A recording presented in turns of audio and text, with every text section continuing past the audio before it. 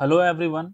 आज हम काइनेमेटिक्स के एक्सरसाइज 1 के सॉल्यूशंस को देखने जा रहे हैं, जिसमें हम इस वाले वीडियो में क्वेश्चन नंबर 115 से लेकर क्वेश्चन नंबर 124 तक को सॉल्व करेंगे।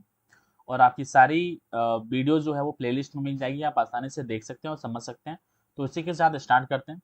पहला क्वेश्चन जो है दैट इज 115 वाला। In the graph on in figure time is plotted along X axis. ठीक है, टाइम को एक्स एक्सिस के अलोंग प्लॉट किया गया है। Which quantity associated with the projectile motion is plotted along the y axis। मतलब इस y axis में मैं कौन सा क्वांटिटी को प्लॉट करूं। तो अगर इस ग्राफ का एनालिसिस करें तो यहाँ पे जो भी क्वांटिटी होगा, ठीक है, वो हम देख पा रहे हैं कि वो टाइम के साथ जो है कांस्टेंट है, मतलब वो टाइम के साथ वेरी नहीं कर रहा है। अगर टाइम बदल रही है तो देख लो, अगर ये मान लेता मैं T1 टाइम है तो T1 टाइम पे अगर ये वैल्यू कुछ है तो वो T2 टाइम पर भी वही वैल्यू है। मतलब ये टाइम के साथ वेरी नहीं कर रहा है। मतलब यहाँ पे जो वाई एक्सिस पे जो भी क्वांटिटी होगी वो टाइम पर डिपेंड नहीं कर रहा है, वो हर टाइम पर जो है वो उसका वैल्यू कांस्टेंट है। तो प्रोजेक्टाइल मोशन का कौन सा क्वांटिटी एसोसिएटेड होगा इस वाई एक्सिस पर। अगर हम पहला ऑप्शन देखें तो पहला ऑप्शन जो है वो काइनेटिक एनर्जी है। तो हम यहाँ से समझने की कोशिश करते हैं। अगर मैं काइनेटिक एनर्जी को लूँ तो काइनेटिक एनर्जी का फॉर्मूला क्या होता है। हम ये जानते हैं कि काइनेटिक एनर्जी का जो फॉर्मूला होता है हमारे पास, वो वो हमारे पास क्या होता है, that is equal to half M B square होता है। क्या हमारे पास हाफ एम वी स्क्वायर आता है। और हमारे इस फॉर्मूले में जो है आप देख सकते हैं यहाँ पे वेलोसिटी आ रहा है, और वेलोसिटी जो है वो कांस्टेंट नहीं है। और अगर वेलोसिटी कांस्टेंट नहीं है तो, क्योंकि अगर मैं प्रोजेक्टाइल की बात करूं तो आप यहाँ से देखना, मैं थोड़ा सा डायग्राम बनाने की कोशिश करता हूँ। अगर मैं बोल दिया कि ये कुछ एक्स और वाई एक्सिस को मैंने ड्रॉ कर दिया, और अगर मैंने प्रोजेक्टाइल को थ्रो किया तो वो उसके हर एक इंस्टेंट पर जो है वेलोसिटी डिफरेंट है। अगर वेलोसिटी डिफरेंट है तो काइनेटिक एनर्जी भी डिफरेंट होगा। तो इसका मतलब ये क्वांटिटी जो है वो काइनेटिक एनर्जी नहीं हो सकता। अब सेकंड ऑप्शन पर आते हैं। सेकंड ऑप्शन जो है वो मोमेंटम है। हम ये जानते हैं कि मोमेंटम का फॉर्मूला क्या होता है, that is equal to M multiply by V, मतलब एम वी होता है। तो इस फॉर्मूले में भी जो है वेलोसिटी आ रहा है, और अगर वेलोसिटी आ रहा है तो मतलब प्रोजेक्टाइल में जो है वो हर एक इंस्टेंट पर वेलोसिटी जो है वेरिएबल होता है ना। वेलोसिटी कांस्टेंट नहीं होता है हर जगह। और अगर वेलोसिटी कांस्टेंट नहीं होता है तो मोमेंटम भी जो है through out the motion constant नहीं होगा। इसका मतलब सेकंड ऑप्शन भी गलत है। हम थर्ड ऑप्शन पर आते हैं। अगर थर्ड ऑप्शन को देखें तो उसमें है हॉरिजॉन्टल वेलोसिटी। चलो इसे समझने की कोशिश करते हैं। मैं एक यहाँ से डायग्राम बनाता हूँ। मैंने बोल दिया कि चलो ये एक वाई एक्सिस हो गया, ये एक्स एक्सिस हो गया। ठीक है, अब मैंने बोला कि मैंने यहाँ से कोई पार्टिकल को जो है प्रोजेक्ट किया, और प्रोजेक्ट करने के बाद ये इसका कुछ ट्रेजेक्ट्री है।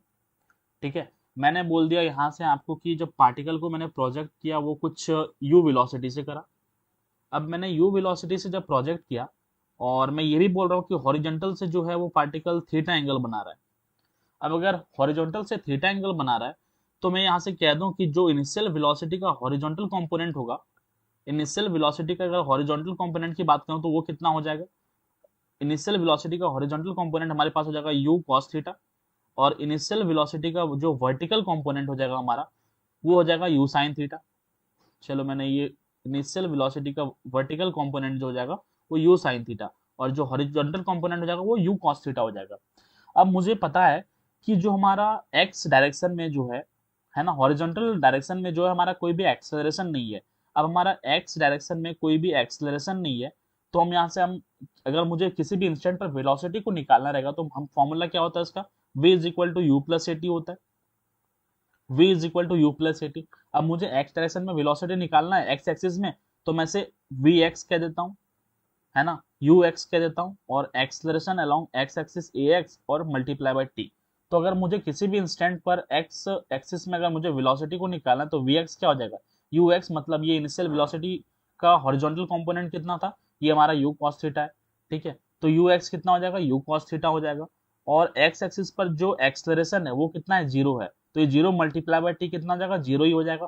तो जो हमारा एक्स डायरेक्शन में जो वेलोसिटी आया वो कितना है, यू कॉस थीटा। आप किसी भी टाइम इंस्टेंट पर अगर देखोगे तो हॉरिजॉन्टल डायरेक्शन का जो वेलोसिटी होता है वो हमेशा कांस्टेंट रहेगा, है ना। तो आप यहाँ से कॉन्सेप्ट समझ सकते हो कि हॉरिजॉन्टल डायरेक्शन में जो है इनिशियल वेलोसिटी का हॉरिजॉन्टल कंपोनेंट हमेशा थ्रू आउट द मोशन वो सेम रहता है। इनिशियल वेलोसिटी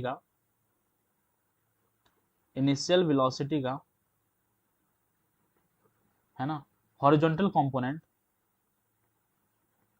या फिर हम ऐसा कह सकते हैं, ऐसे बड़ा शानदार लगेगा इस सुनने में, कि हॉरिजॉन्टल डायरेक्शन में वेलोसिटी हमेशा कांस्टेंट रहता है। मैं यहाँ से कॉन्सेप्ट कह देता हूँ कि हॉरिजॉन्टल डायरेक्शन में वेलोसिटी हमेशा कांस्टेंट रहेगा। हॉरिजॉन्टल डायरेक्शन में, ठीक है, हॉरिजॉन्टल डायरेक्शन में वेलोसिटी हमेशा कांस्टेंट, में वेलोसिटी कांस्टेंट रहता है, ठीक है।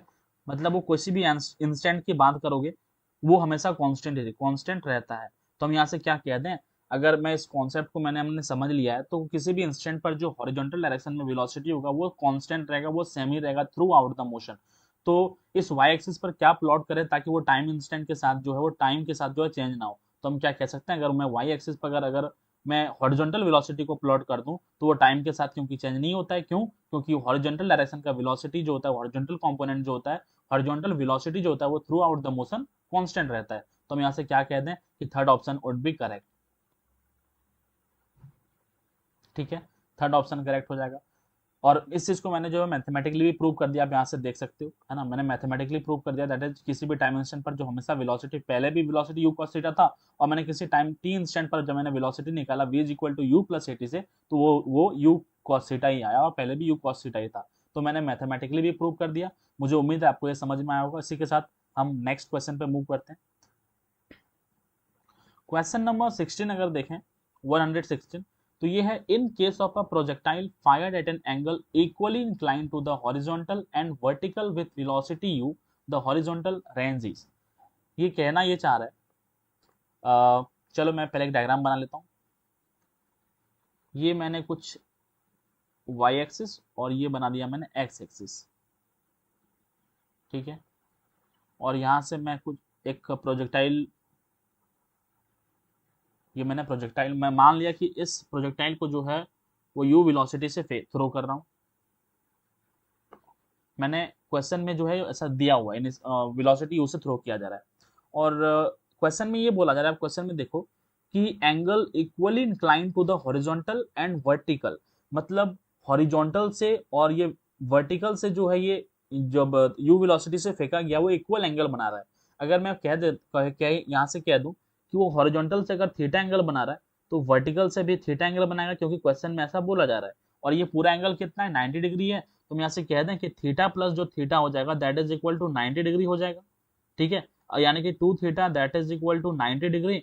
और अगर मैं यहाँ से थीटा की वैल्यू निकालूं तो थीटा की वैल्यू कितना हो जाएगा, 90 डिग्री अपॉन में 2 that is equal to 45 degree, है ना। जो हमारे पास थीटा की वैल्यू निकल गई है वो 45 डिग्री निकल गई। अब मुझे क्या पूछा जा रहा है, हॉरिजॉन्टल रेंज पूछा जा रहा है, और मुझे रेंज का फॉर्मूला हमें पता है क्या होता है, रेंज का जो फॉर्मूला होता है that is equal to, range का जो फॉर्मूला होता है that is u square sine 2 theta upon में g, ठीक है। और मुझे थीटा का वैल्यू पता है कितना है, 45 डिग्री है। तो यहाँ से रेंज की वैल्यू निकाल लेते हैं। हमारे पास वेलोसिटी u दे रखा था तो u का स्क्वायर हो जाएगा साइन 2 थीटा, थीटा 45 डिग्री है, ठीक है। तो यहाँ से 2 थीटा कितना 90 हो जाएगा, तो यानी कि साइन 90 अपॉन में g हो जाएगा। और साइन 90 का वैल्यू कितना होता है, 1 होता है, तो r इज इक्वल टू कितना हो जाएगा, u square multiply by 1 upon में g। तो हमारे पास जो रेंज का फॉर्म मतलब रेंज का जो वैल्यू निकल के आया that is equal to u square upon में g। अब देख लेते हैं कौन सा ऑप्शन करेक्ट है। रेंज का जो वैल्यू निकल के आया हमारे पास that is u square upon में g। I think first option is correct, है ना, फर्स्ट ऑप्शन सही हो जाएगा। फर्स्ट ऑप्शन में आप देख सकते हो u स्क्वायर अपॉन g है।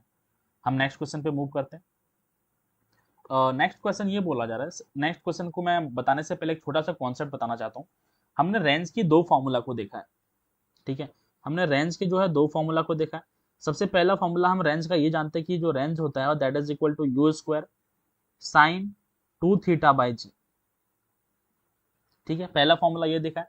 हमने एक और फॉर्मूला देखा है, वो होता है हमारे पास रेंज इज इक्वल टू, आपने ये वाला फॉर्मूला पढ़ा है क्या, 2ux uy अपॉन में g।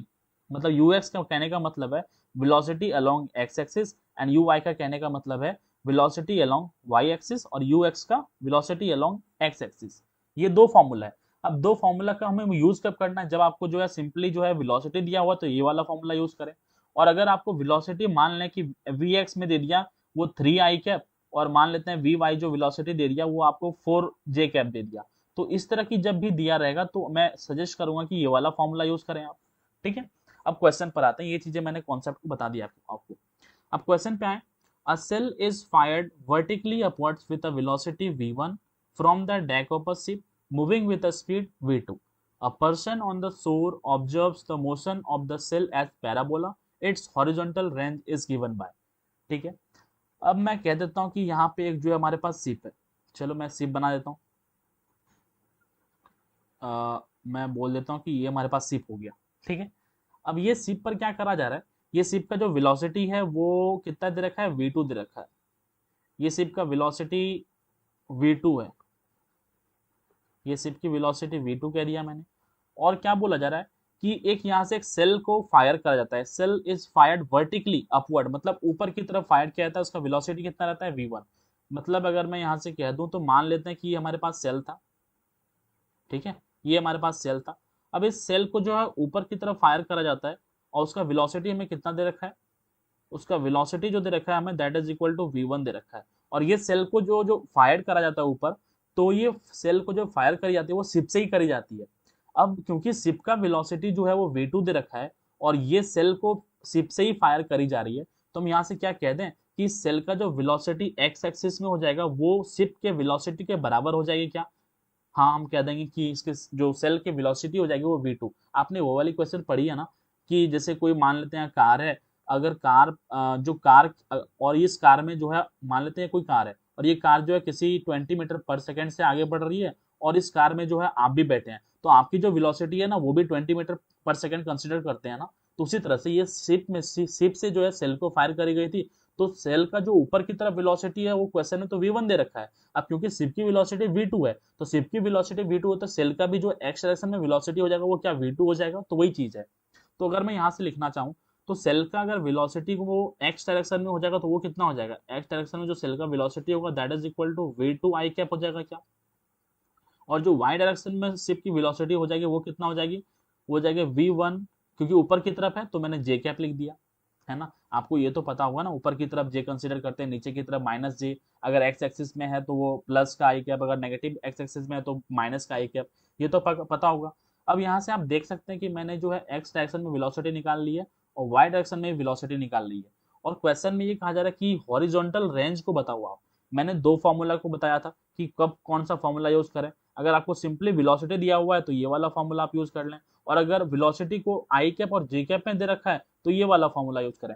तो मुझे पता है इस क्वेश्चन में, क्योंकि मैंने वेलोसिटी जो है आई कैप और जे कैप में मैंने लिखा है, तो मैंने ये वाला फॉर्मूला यूज करूंगा। ठीक है, तो यहाँ से अगर मैं रेंज का फॉर्मूला लिखूं तो रेंज का फॉर्मूला क्या हो जाएगा, दैट इज इक्वल टू ये वाला फॉर्मूला लिखूं, ठीक है, ये वाला, तो range is equal to 2ux uy upon में g हो जाएगा क्या। ux का कहने का मतलब क्या है, वेलोसिटी अलोंग एक्स एक्सिस, और ये y का कहने का मतलब क्या है, uy velocity along y axis. तो मुझे अब क्वेश्चन में मतलब मैंने लिख लिया है, तो ये 2 मल्टीप्लाई बाय ux मतलब वेलोसिटी अलोंग एक्स एक्सिस कितना हो जाएगा, v2 हो जाएगा क्या, है ना। तो मैं यहाँ से v2 लिख देता हूँ सिंपली, और uy का मतलब क्या है, वेलोसिटी अलोंग y एक्सिस, तो ये कितना दे रखा है, ये v1 दे रखा है क्वेश्चन में, तो मल्टीप्लाई बाय v1 अपॉन में g हो जाएगा। तो यहाँ से हमारे पास रेंज निकल के क्या आ गया, 2v1 v2 अपॉन में g आ गया क्या। इसका मतलब कौन सा ऑप्शन सही हो जाएगा हम देख लेते हैं। हमारे पास जो रेंज निकल के आया that is equal to 2v1 v2 upon में g। आई थिंक कौन सा करेक्ट ऑप्शन है, 2v1 v2 अपॉन में g, third option is correct, है ना, थर्ड ऑप्शन सही हो जाएगा। तो हम नेक्स्ट क्वेश्चन पे मूव करते हैं। नेक्स्ट क्वेश्चन जो है, the range of a projectile, the range of a projectile when fired at 75 degree to the horizontal is 0.5 kilometer. What will be the its range when fired at 45 degree with the same speed? ठीक है, question में basically ये बोला जा रहा है कि जब 75 डिग्री हॉरिजॉन्टल से जब प्रोजेक्टाइल को थ्रो करी जा रही है तो उस समय जो रेंज जो है वो 0.5 किलोमीटर है। ठीक है, तो आपको बताना है कि अगर 45 डिग्री पर थ्रो करी जाए तो रेंज, उसी स्पीड से थ्रो करी जाए तो रेंज क्या होगी। सिंपली ये 45 डिग्री तो आते ही हमारे दिमाग में आती है कि इस समय जो रेंज होता है वो मैक्सिमम होती है, तो रेंज मैक्सिमम का जो फॉर्मूला होता है यू स्क्वायर अपॉन में जी हो जाएगा। इस क्वेश्चन को पहले देखते हैं। हमारे पास जो रेंज का फॉर्मूला है वो कितना होता है, range is equal to you square sine 2 theta upon में जी हो जाएगी। अब मुझे यू स्क्वायर मतलब कुछ दे नहीं रखा है और रेंज में कितना दे रखा है 0.5, तो मैंने रेंज की जगह पर 0.5 किलोमीटर पुट कर दिया। मुझे यू स्क्वायर, ये यू की वैल्यू इनिशियल वेलोसिटी कुछ दे नहीं रखा है तो मैं इसे यू स्क्वायर ही लिख देता हूँ। अब साइन 2 थीटा, मुझे थीटा की वैल्यू पता है कितना है, वो 75 डिग्री है थीटा की वैल्यू। अब थीटा की वैल्यू 75 डिग्री है तो 2 थीटा कितना हो जाएगा 150, तो हम यहाँ से क्या लिख सकते हैं साइन 150 डिग्री, है ना, ये तो लिख सकते हैं साइन 150 डिग्री अपॉन में जी हो जाएगा ये। अब यहाँ से देखें तो 0.5 इज इक्वल टू कितना हो जाएगा ये यू स्क्वायर, और साइन 150 का वैल्यू कितना हो जाएगा 1/2 हो जाएगा, तो मल्टीप्लाई बाय 1 अपॉन में 2 अपॉन में कितना हो जाएगा जी। तो यहाँ से सिंपली अगर देखें तो यू स्क्वायर अपॉन जो जी का वैल्यू निकल हमारे पास आया यू स्क्वायर अपॉन 2g हो जाएगा, 2g नीचे आएगा तो कितना हो जाएगा यू स्क्वायर अपॉन 2g हो जाएगा ना। तो U square upon 2g is equal to कितना वैल्यू हमारे पास निकल के आया 0.5 आया। इस चीजों को अभी आगे काम आएगी, मैं ऐसे करता हूँ डब्बे में बंद कर देता हूँ क्योंकि आगे काम आएगी। U square upon 2g is equal to 0.5 निकल के आया हमारे पास। अब आगे पढ़ते हैं। अब मुझे ये बोला जा रहा है कि आप रेंज निकालो जब इसी प्रोजेक्टाइल को जो है 45 डिग्री पर थ्रो करी जाए, तो मैं इसे कह देता हूँ आर डैश, है ना, मैं इसे आर डैश कह देता हूँ। तो आर डैश जो हमारे पास होगा उसका क्या हो जाएगा फॉर्मूला यू स्क्वायर, फिर से वही फॉर्मूला साइन 2 थीटा बाय जी। अब इस समय जो हमारे पास जो थीटा है वो कितना है 45 डिग्री है। अब थीटा 45 डिग्री है तो 2 थीटा कितना हो जाएगा 90 हो जाएगा क्या। और इस समय रेंज जो होती है वो मैक्सिमम होती है, ऐसे फॉर्मूला में याद रहना चाहिए जो रेंज मैक्सिमम होती है उसका यू स्क्वायर बाय जी होता है, और अगर इस चीज को सॉल्व करें तो वही आएगा, देखना आप अभी यू स्क्वायर बाय जी ही आएगा। साइन थीटा कितना है 45, तो साइन मतलब 2 थीटा कितना हो जाएगा 90, तो यहाँ से हम क्या कहते हैं यू स्क्वायर हो जाएगा यू स्क्वायर साइन थीटा 45 है 2 थीटा कितना 90 हो जाएगा, तो साइन 90 डिग्री अपॉन में कितना हो जाएगा जी। तो यहाँ से जो रेंज आर डैश निकल के आया that is equal to you square by g, और यही फॉर्मूला होता है मैक्सिमम रेंज का, है ना, इस चीज को आप याद भी रख सकते हैं। तो यू स्क्वायर अपॉन जी हो गया आर डैश।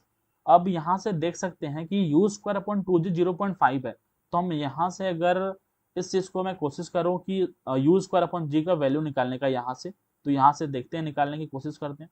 तो यू स्क्वायर अपॉन में 2g कितना दे रखा है 0.5, तो ऐसा करता हूँ ये 2 को जो यहाँ पे नीचे जो दे रखा है इस 2 को इसे उठा के उधर ले जाते हैं, क्रॉस मल्टीप्लाई करेंगे, तो क्रॉस मल्टीप्लाई करने पर क्या बनेगा ये यू स्क्वायर अपॉन जी करेंगे तो that is equal to 0.5 multiply by कितना हो जाएगा 2।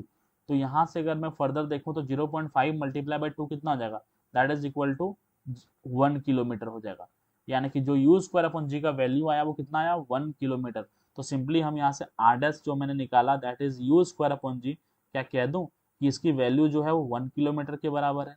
तो यहाँ से हमारा आंसर क्या हो जाएगा, जो नया रेंज निकला जब प्रोजेक्टाइल को 45 डिग्री पर थ्रो करी गई थी तो नया रेंज निकला that is equal to 1 kilometre. मतलब हमारा कौन सा आंसर हो जाएगा 1 किलोमीटर। हमारा कौन सा आंसर हो जाएगा सेकंड ऑप्शन इज करेक्ट। ठीक है, हम नेक्स्ट क्वेश्चन पे मूव करते हैं। अगला क्वेश्चन देखें अगर, तो इस क्वेश्चन में particle is projected with the velocity u making an angle theta with the horizontal at any instant its velocity v is at right angle to its initial velocity u, then v is। सबसे पहले यहाँ से की concept समझने की कोशिश करते हैं। जैसे कि मैंने पहला ही क्वेश्चन बताया था आपको, तो की कॉन्सेप्ट ये है कि जो हॉरिजॉन्टल वेलोसिटी होता है ना वो थ्रू आउट द मोशन जो है वो सेम रहता है, मतलब कांस्टेंट रहता है। ठीक है, की कॉन्सेप्ट ये है कि horizontal velocity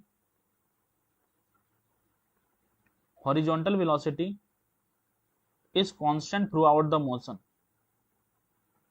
horizontal velocity is constant throughout the motion।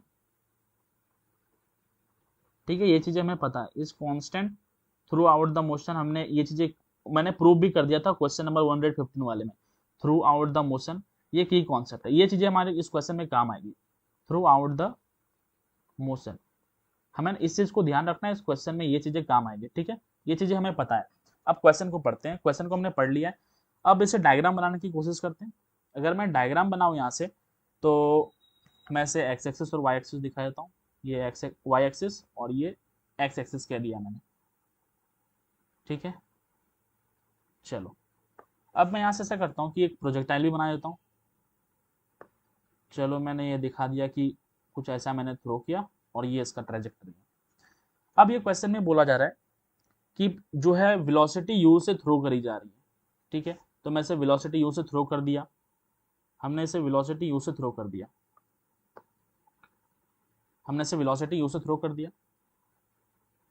ठीक है, अब क्वेश्चन में क्या बोला जा रहा है ध्यान से देखो कि किसी भी एक इंस्टेंट पर वेलोसिटी v जो है वो 90 डिग्री का एंगल बना रहा है इनिशियल वेलोसिटी से।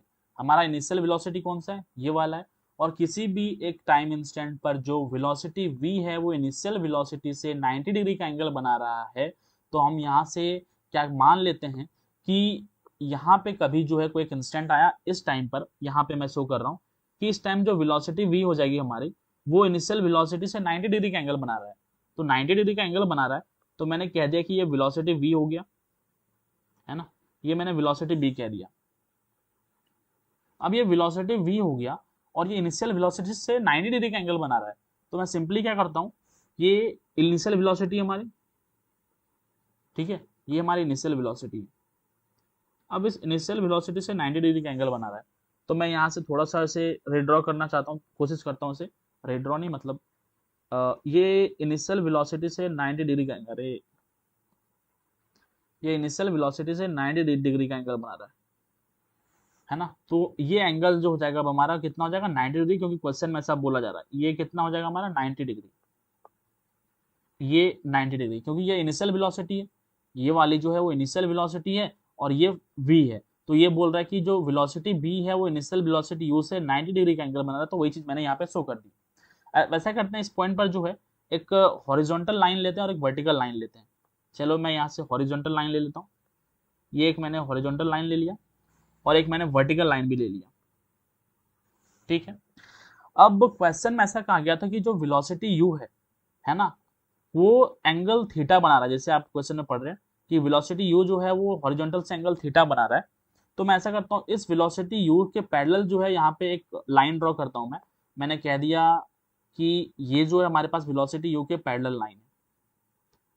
चलो मैंने ये कह दिया कि वेलोसिटी u की ये पैरेलल लाइन है। अब अगर ये पैरेलल लाइन है और मुझे क्वेश्चन में ये बोला गया था वेलोसिटी u जो है हॉरिजॉन्टल से कितना एंगल बना रहा था, थीटा, है ना। अगर ये थीटा एंगल बना रहा है तो हम यहाँ से क्या कह दूं कि ये वाली लाइन जो है वेलोसिटी u और ये वाली लाइन मैंने पैरेलल ड्रॉ करी है, तो ये वाला भी एंगल जो है वो हॉरिजॉन्टल से कितना थीटा बनाएगा क्या, है ना, क्योंकि ये वाली लाइन तो हॉरिजॉन्टल हो गई ना, और ये मैंने u के पैरेलल बनाया था। अब ये और ये पैरेलल है और ये वेलोसिटी u जो है हॉरिजॉन्टल से थीटा एंगल बना रहा है, तो ये भी हॉरिजॉन्टल से क्या थीटा एंगल बनाएगा, तो वही चीज मैंने करी है। मुझे उम्मीद है ये चीज समझ में आई होगी। अब ये एंगल थीटा हो गया। अब अगर ये एंगल थीटा हो गया तो आप यहाँ से देख सकते हैं कि ये वाला एंगल भी जो है, क्योंकि ये वाला पूरा एंगल ये 90 डिग्री है, ये क्या 90 डिग्री है पूरा, और अगर ये थीटा हो गया तो ये वाला एंगल मुझे अगर फाइंड करना है तो क्या ये 90 माइनस थीटा हो जाएगा क्या, है ना। मुझे उम्मीद है ये समझ, ये 90 माइनस थीटा होगा। चलो मैं इसे 90 माइनस थीटा लिख देता हूँ, मैंने इसे 90 माइनस थीटा लिख दिया। अब अगर ये 90 माइनस थीटा है तो आप सिंपली यहाँ से ये कह सकते हो कि ये ऑपोजिट एंगल जो है, ये वाला एंगल, ये वाला अगर 90 माइनस थीटा है तो ये वाला एंगल ऑपोजिट एंगल हो जाएगा क्या, मतलब ये वाला एंगल और ये वाला एंगल बराबर हो जाएगा, ये वाला एंगल और ये वाला एंगल बराबर हो जाएगा। अगर ये 90 माइनस थीटा है तो ये वाला एंगल भी जो है 90 माइनस थीटा हो जाएगा। अब ये अगर 90 माइनस थीटा हो गया, और मैंने स्टार्टिंग में आपको कहा था कि ये वाला जो लाइन ड्रॉ करी है हमने इनिशियल वेलोसिटी के पैरेलल करी है, ठीक है, और ये पैरेलल करी है और ये बोल रहा है कि वेलोसिटी v जो है वो इनिशियल वेलोसिटी के परपेंडिकुलर है, 90 डिग्री का एंगल बना रहा है, और ये वाला लाइन जो है इनिशियल वेलोसिटी के पैरेलल है, तो मतलब ये भी कह सकते हैं कि ये वाला भी एंगल जो होगा 90 होगा। क्यों, क्योंकि ये वाला वेलोसिटी v जो है वो इनिशियल वेलोसिटी u से 90 डिग्री बना रहा है, तो ये क्योंकि इनिशियल वेलोसिटी की ये वाला लाइन पैरेलल है तो ये वाला भी एंगल 90 डिग्री हो जाएगा। अब हमारे पास ये वाला जो एंगल मैंने निकाला है वो 90 माइनस थीटा है और ये पूरा एंगल जो है वो 90 डिग्री है, तो हम यहाँ से क्या कह दें कि ये वाला जो एंगल हो जाएगा हमारे पास थीटा डिग्री के बराबर होगा क्या, है ना, ये थीटा डिग्री के बराबर होगा, ये वाला एंगल जो हो जाएगा वो थीटा डिग्री के बराबर होगा। चलो अब थीटा डिग्री के बराबर होगा और मुझे वेलोसिटी v पता है, ये v वेलोसिटी v दिया हुआ है क्वेश्चन में, ठीक है, और ये एंगल थीटा पता चल गया। तो वेलोसिटी का अगर मैं हॉरिजॉन्टल कंपोनेंट निकालूं ये वाला, तो ये कितना v sin थीटा निकलेगा क्या, ये वेलोसिटी v है और ये थीटा एंगल बना रहा है, तो ये वाला एंगल कितना, ये वाला कंपोनेंट कितना v sin थीटा हो जाएगा, तो इसे मैंने v sin थीटा कह दिया। चलो मैंने इस कंपोनेंट को जो है v sin थीटा कह दिया, ये v sin थीटा हो गया। हॉरिजॉन्टल कंपोनेंट मैंने v sin थीटा निकाल लिया, और इनिशियल मतलब जो वेलोसिटी का जो पहले हॉरिजॉन्टल कंपोनेंट, क्योंकि इनिशियल वेलोसिटी यू थी, अब इनिशियल वेलोसिटी का अगर मैं हॉरिजॉन्टल कंपोनेंट निकालूं तो वो कितना हो जाएगा, ये horizontal component u sin theta होगा क्या, क्योंकि इनिशियल वेलोसिटी u थी, हॉरिजॉन्टल वेलोसिटी जो यहां से हो जाएगा दैट इज इक्वल टू कितना u यू कॉस थीटा हो जाएगा। सॉरी, ये हमारे पास जो दे रखा है, ये वेलोसिटी यू दे रखा है और ये हॉरिजॉन्टल से थीटा एंगल बना रहा है, तो जो हॉरिजॉन्टल डायरेक्शन में वेलोसिटी हो जाएगी वो कितना, यू कॉस थीटा हो जाएगा। तो मैंने हॉरिजॉन्टल वेलोसिटी जो है यू कॉस थीटा लिख दिया। और किसी एक टाइम इंस्टेंट पर जो वेलोसिटी हॉरिजॉन्टल वेलोसिटी है वो वी साइन थीटा है।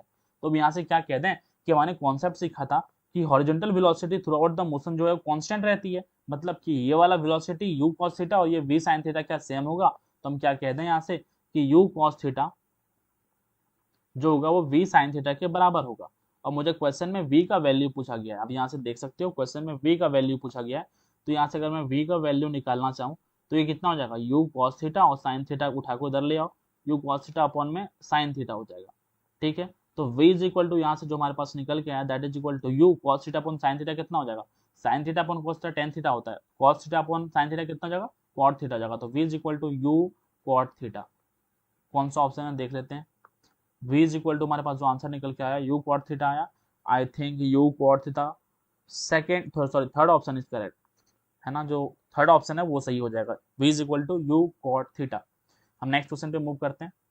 क्वेश्चन नंबर 20 ये कह रहा है the speed of a projectile, the speed of a projectile at its maximum height is √3/2 times of its initial velocity, initial speed u of projection, its range on the horizontal plane is.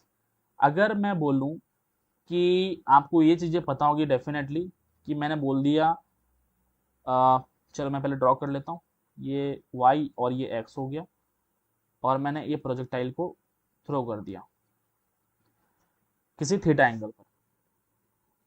ठीक है, मैंने ये चीज़ें आपको show कर दी, किसी theta angle पर हमने थ्रो कर दी।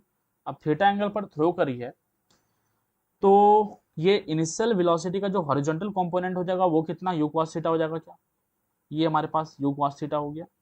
और जो इनिशियल वेलोसिटी का वर्टिकल कंपोनेंट हो जाएगा वो कितना हो जाएगा, u sin थीटा।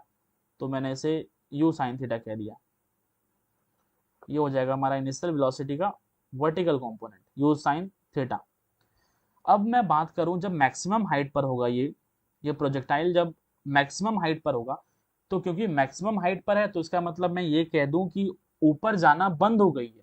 अब अगर ऊपर जाना बंद हो गई तो इसका मतलब ऊपर में अब जो मैक्सिमम हाइट पर जब ये प्रोजेक्टाइल है तो उस समय इसका जो वर्टिकल कंपोनेंट होगा वेलोसिटी का वो जीरो होगा। उस समय हमारे पास जो सिर्फ जो वेलोसिटी होगा सिर्फ और सिर्फ वो हॉरिजॉन्टल कंपोनेंट का वेलोसिटी बचेगा। और सिर्फ अगर हॉरिजॉन्टल कंपोनेंट का वेलोसिटी बचेगा, और मैंने पहले भी कह दिया कि हॉरिजॉन्टल कंपोनेंट का velocity through out the motion constant रहता है। अगर पहले u cos थीटा था तो बाद में क्या हो जाएगा, u cos थीटा हो जाएगा। तो मैं इसे क्या लिख दूं, u cos थीटा। ठीक है, और जो मैक्सिमम हाइट पर जो वर्टिकल कंपोनेंट वाला वेलोसिटी होगा वो जीरो होगा। ठीक है, अब यहां से क्वेश्चन पर आते हैं हम।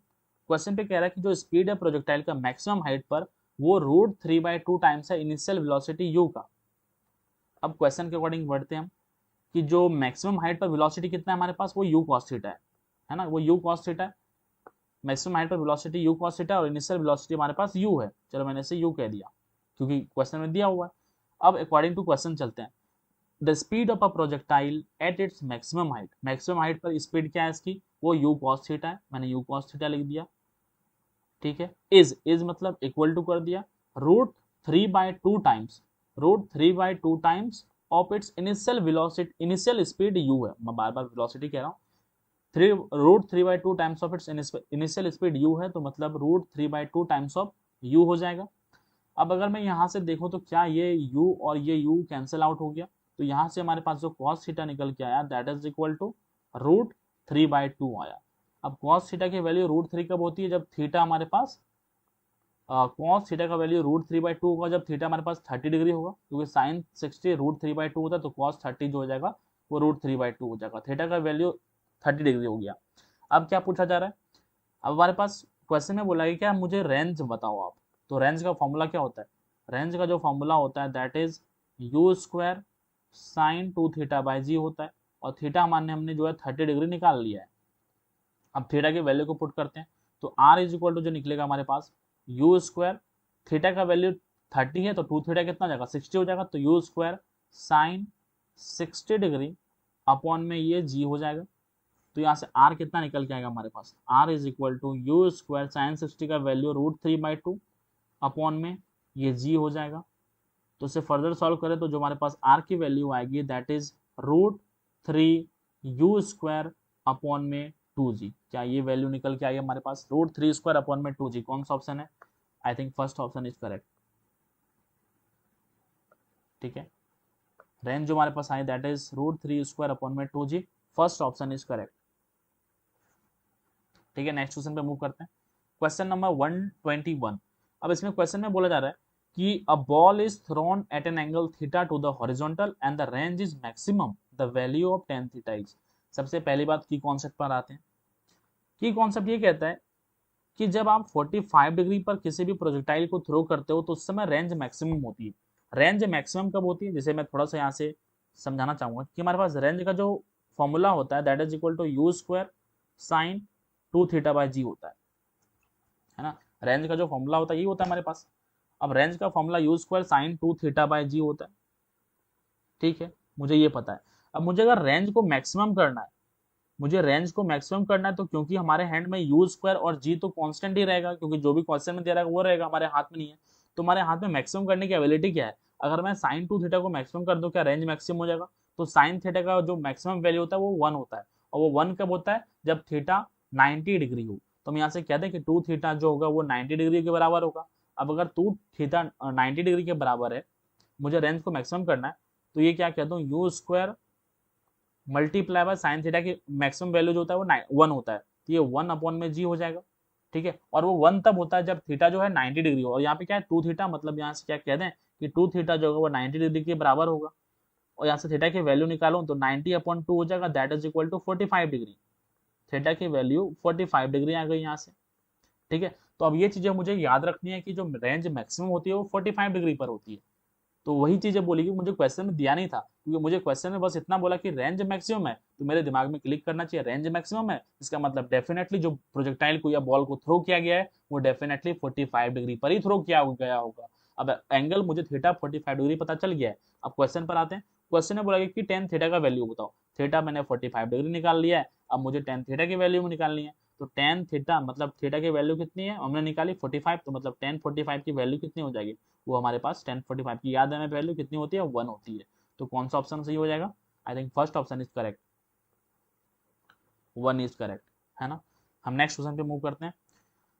क्वेश्चन नंबर नेक्स्ट है, a student is able to throw a ball vertically to a maximum height of 40 meter. The maximum distance to which he can throw the ball in the horizontal direction. वो range maximum तभी होगी जब हम angle 45 degree पर throw करें, पहली बात।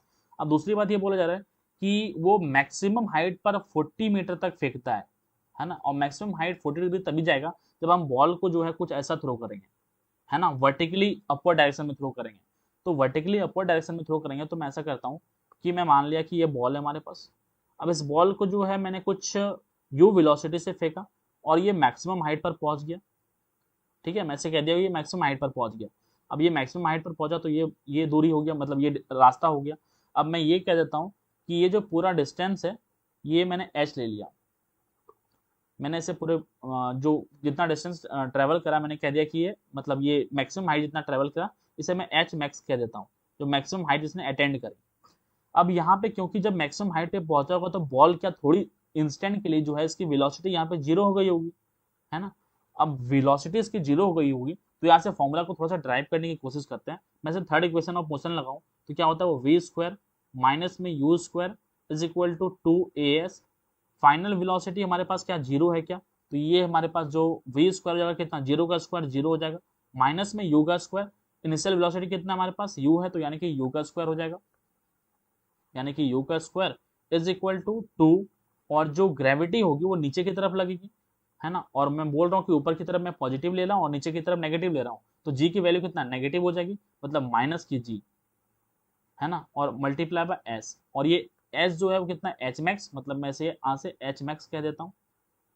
ठीक है, अब यहाँ से देखो तो हमारे पास बना माइनस का u² is equal to minus का 2g multiply by h max, है ना। और यहाँ से मैं अगर एच मैक्स का फॉर्मूला जो बनेगा वो क्या बन जाएगा, यहाँ से माइनस और माइनस कैंसिल आउट हो जाएगा, तो एच मैक्स का जो फॉर्मूला बना यहाँ से u² अपॉन 2g। आप इस चीज को याद रख सकते हैं कि अगर बॉल को हॉरिजॉन्टल डायरेक्शन में थ्रो करी जाए अगर बॉल को हॉरिजॉन्टल डायरेक्शन में थ्रो करी जाए u वेलोसिटी से, तो जो मैक्सिमम हाइट अटेंड करेगा वो कितना होगा, u स्क्वायर अपॉन 2g के बराबर होगा, u स्क्वायर अपॉन 2g के बराबर होगा। आपको ये भी याद रखना है कि जब बॉल को हॉरिजॉन्ट मतलब वर्टिकल डायरेक्शन में वर्टिकली अपवर्ड थ्रो करी जाए u वेलोसिटी से, तो उस केस में जो मैक्सिमम हाइट होगी that is equal to u square upon 2g होगी। अब क्वेश्चन पर आते हैं। हमारे पास मैक्सिमम हाइट का फॉर्मूला निकल गया u स्क्वायर अपॉन 2g। अब क्वेश्चन में बोला गया कि student is able to throw a ball vertically to a maximum height of 40 metre. Maximum height कितना है, 40 मीटर, तो मैक्सिमम हाइट की जगह पे मैंने 40 मीटर रख दिया, is equal to u square upon में 2g। मैंने g के वैल्यू 10 ले लेता हूँ, तो 2 मल्टीप्लाई बाय 10, यानी कि जो यहाँ से u स्क्वायर की वैल्यू निकल के आएगी that is 40 multiply by 2 multiply by 10। यहाँ से जो u स्क्वायर निकल के आया वो क्या हो जाएगा, 40 मल्टीप्लाई बाय 2 80 हो जाएगा, मल्टीप्लाई बाय 10 यानी कि 800 निकल के आया हमारे पास। अब क्या बोला जा रहा है कि जो maximum distance to which he can throw the ball in horizontal direction, मतलब मुझे मैक्सिमम रेंज के लिए बोला जा रहा है। और मैंने अभी बता के आया हूं कि मैक्सिमम रेंज तभी होता है जब एंगल 45 डिग्री पर फेंका जाता है। और मैक्सिमम रेंज का जो फॉर्मूला होता है वो कितना होता है हमारे पास, अभी मैंने बताया मैक्सिमम रेंज का जो फॉर्मूला होता है वो होता है u स्क्वायर अपॉन जी। मैं कहाँ पे बता के आ रहा हूँ, u स्क्वायर, देखो यहाँ से जो मैक्सिमम रेंज का मैंने फॉर्मूला बताया वो u स्क्वायर अपॉन जी होता है। तो मैक्सिमम रेंज का जो फॉर्मूला है हमारे पास, है ना, जो मैक्सिमम रेंज का फॉर्मूला है, एक सेकेंड, जो हमारे पास मैक्सिमम रेंज का फॉर्मूला हो जाएगा वो हमारे पास कितना है फॉर्मूला, u स्क्वायर अपॉन जी। मैक्सिमम रेंज का जो फॉर्मूला है वो हो जाएगा u स्क्वायर अपॉन जी, u स्क्वायर अपॉन जी। और u स्क्वायर का वैल्यू हमने क्या निकाला है, 800 है। तो ऐसा करता हूँ u स्क्वायर का वैल्यू को मैं यहाँ पे पुट करता हूँ, तो मैक्सिमम जो रेंज निकल के आएगा r max that is equal to u square g आया, u स्क्वायर अपॉन में जी, तो u स्क्वायर का वैल्यू कितना 800, 800 डिवाइड बाय जी, जी का वैल्यू हमने 10 ले लेता हूँ, तो यहाँ से जो मैक्सिमम रेंज निकल के आया that is equal to 80 metre. तो कौन सा ऑप्शन हो जाएगा हमारा, I think fourth option is correct, है ना, हमारे पास जो है फोर्थ ऑप्शन सही हो जाएगा। नेक्स्ट क्वेश्चन पे मूव करते हैं, क्वेश्चन नंबर 123। इस क्वेश्चन को समझते हैं, थोड़ा सा हम ग्राफ को पहले एनालिसिस करते हैं। पहले एक बार क्वेश्चन को पढ़ लेते हैं। 3 projectile A B and C जो है थ्रोन किया गया from the same point in the same plane, their trajectory are shown in the figure, which of the following statement is true. Statement को पढ़ने से पहले ग्राफ को एनालिसिस करते हैं। अगर मैं ग्राफ को एनालिसिस करूं तो आप देख पा रहे हैं कि जो सारे का मैक्सिमम हाइट है वो ए का भी मैक्सिमम हाइट, बी का भी मैक्सिमम हाइट और सी का भी मैक्सिमम हाइट, तीनों मतलब ए और बी और सी का जो मैक्सिमम हाइट है वो सेम है। अब अगर मैक्सिमम हाइट सेम है तो मैक्सिमम हाइट का हमारे पास फॉर्मूला क्या होता है, मैक्सिमम हाइट का जो फॉर्मूला हमारे पास दो फॉर्मूला है। एक तो फॉर्मूला ये हो गया कि you square sine square theta by 2g होता है, ठीक है, एक ये फॉर्मूला हमारे पास है। और अगर वेक्टर फॉर्म में दिया रहता है तो एच मैक्स का जो फॉर्मूला होता है हमारे पास वो क्या होता है, यू वाई का स्क्वायर अपॉन में 2g। आप यहाँ से देख सकते हैं कि जो मैक्सिमम हाइट के लिए जो वेलोसिटी का कंपोनेंट रिस्पॉन्सिबल होता है वो वर्टिकल कंपोनेंट होता है। पहली बात मैं यहाँ से ये बताना चाह रहा हूँ आपका, ये प्रोजेक्टाइल को हमने थ्रो किया, ठीक है, किसी u वेलोसिटी से, तो मैक्सिमम हाइट के लिए जो रिस्पॉन्सिबल होता है वो u मतलब वेलोसिटी का वर्टिकल कंपोनेंट रिस्पॉन्सिबल होता है, मतलब वो u साइन थीटा होता है। अब क्योंकि सारे का वर्टिकल जो मैक्सिमम हाइट है वो सेम है, तो हम यहाँ से क्या कहते हैं कि जो वर्टिकल कंपोनेंट होगा वेलोसिटी का वो यहाँ सेम होगा। क्यों, क्योंकि जो मैक्सिमम हाइट है वो सेम है। अब अगर मैक्सिमम हाइट सेम है तो वेलोसिटी का वर्टिकल कंपोनेंट सेम होगा। क्यों, क्योंकि वेलोसिटी का वर्टिकल कंपोनेंट ही एच मैक्स के लिए रिस्पॉन्सिबल होता है। तो हमने यहाँ से कह दिया कि वर्टिकल कंपोनेंट ऑफ वेलोसिटी जो होगा वो सेम है सारे के लिए। Vertical component of velocity is same for all, velocity is same for all. ये हमने यहाँ से डाटा एक्सट्रैक्ट कर, मतलब ये चीजें मैंने एक्सट्रैक्ट कर, सेम फॉर ऑल, ये चीजें हमने एक्सट्रैक्ट कर ली, इसे रख लेते हैं, अभी काम आएगा हमें। अब मैं ऑप्शन पर आने की कोशिश करता हूँ, नहीं अब और थोड़ा सा मैं यहाँ से ग्राफ को एनालिसिस करता हूँ। अब ग्राफ को एनालिसिस करें तो सी वाले में देख रहे हो, सी वाले में जो रेंज है सी का वो सबसे ज्यादा है।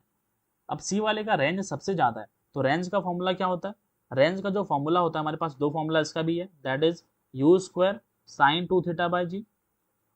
एक तो फॉर्मूला ये है, दूसरा फॉर्मूला क्या है, दूसरा फॉर्मूला 2ux मतलब velocity along X axis, velocity along Y axis upon में कितना g, ये दो फॉर्मूला है।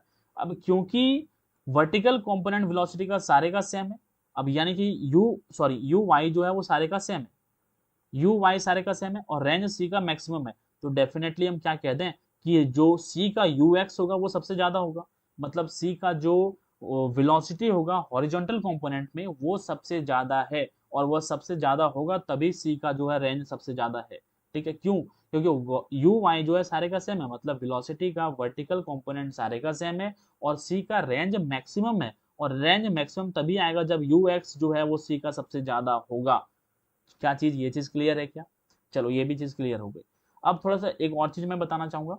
अब मैं ऐसा करता हूँ, ऑप्शन को पढ़ते हैं और धीरे धीरे समझते हैं। पहला ऑप्शन है the time of flight is same for all the three.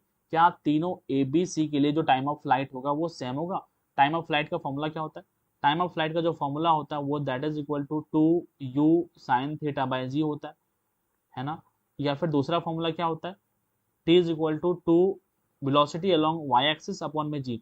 मतलब टाइम ऑफ फ्लाइट के फॉर्मूले में भी देख सकते हैं कि जो टाइम ऑफ फ्लाइट के लिए जो रिस्पॉन्सिबल होता है वो वेलोसिटी का वर्टिकल कंपोनेंट होता है, और वेलोसिटी का वर्टिकल कंपोनेंट तीनों ए बी सी के लिए सेम है। तो इसका मतलब क्या कहते हैं कि टाइम ऑफ फ्लाइट जो तीनों के लिए होगा वो भी सेम हो जाएगा। क्यों?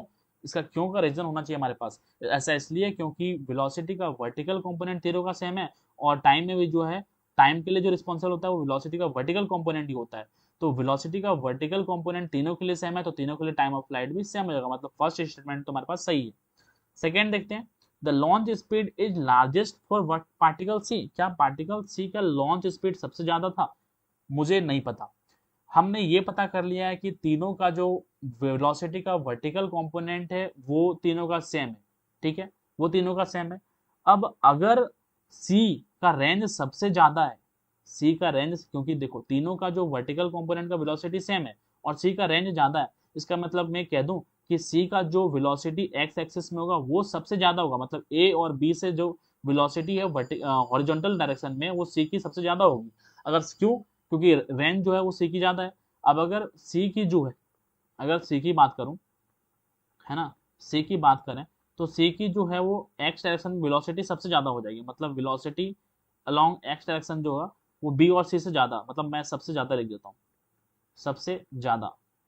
ठीक है, और वर्टिकल कंपोनेंट तीनों का सेम है, और वी वाई जो है सारे का सेम है।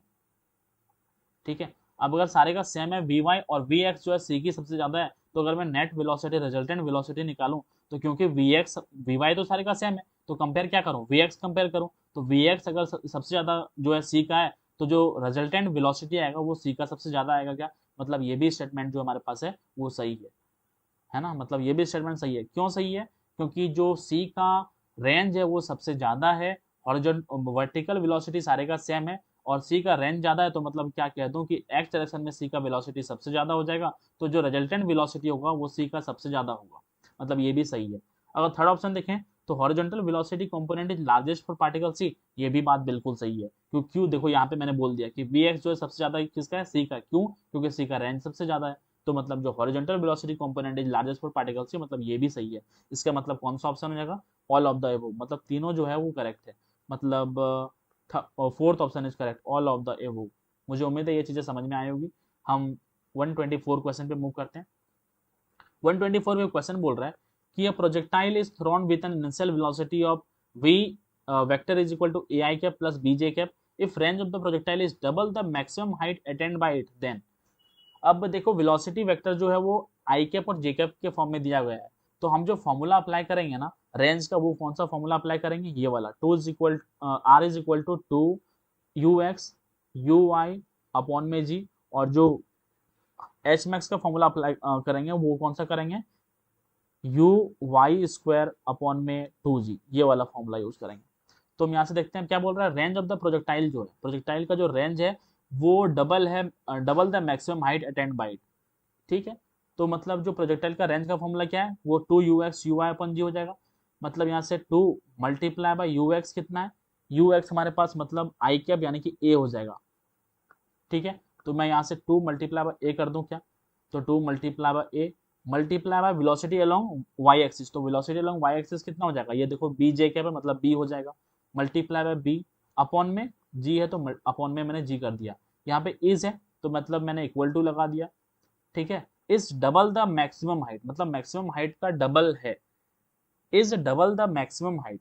तो मैक्सिमम हाइट का अगर डबल है तो यहाँ से हम क्या कहते हैं, इज डबल, देखो फिर से पढ़ते हैं इसको, if range of the projectile is double the maximum height attained by then, तो हमने रेंज का फॉर्मूला लिख लिया, मैक्सिमम हाइट का फॉर्मूला लगता है, और मैक्सिमम हाइट का जो है वो डबल है रेंज, तो क्या कह दूं यहाँ से 2 टाइम्स ऑफ मैक्सिमम हाइट, तो मैक्सिमम हाइट का फॉर्मूला क्या है हमारे पास, ये you Y square upon 2g है, और यू वाई स्क्वायर कितना हो जाएगा, ये यू वाई जो है वो बी है, तो यू वाई का स्क्वायर कितना हो जाएगा, बी का स्क्वायर हो जाएगा, यानी कि बी का स्क्वायर अपॉन में 2g हो जाएगा ये, ठीक है। अब ये 2g हो गया, तो यहाँ से इसे सॉल्व करते हैं, तो हमारे पास ये जो बन के आएगा दैट इज 2ab अपॉन में g is equal to 2b square upon में ये 2g हो गया।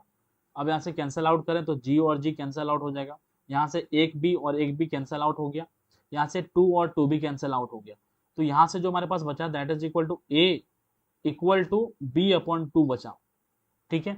तो यहाँ से हमारे पास जो बन के आएगा that is b is equal to 2 times of a, हमारे पास ये बन के आया, देख लेते हैं कौन सा ऑप्शन सही है हमारा, b is equal to 2a, I think third option is correct, है ना।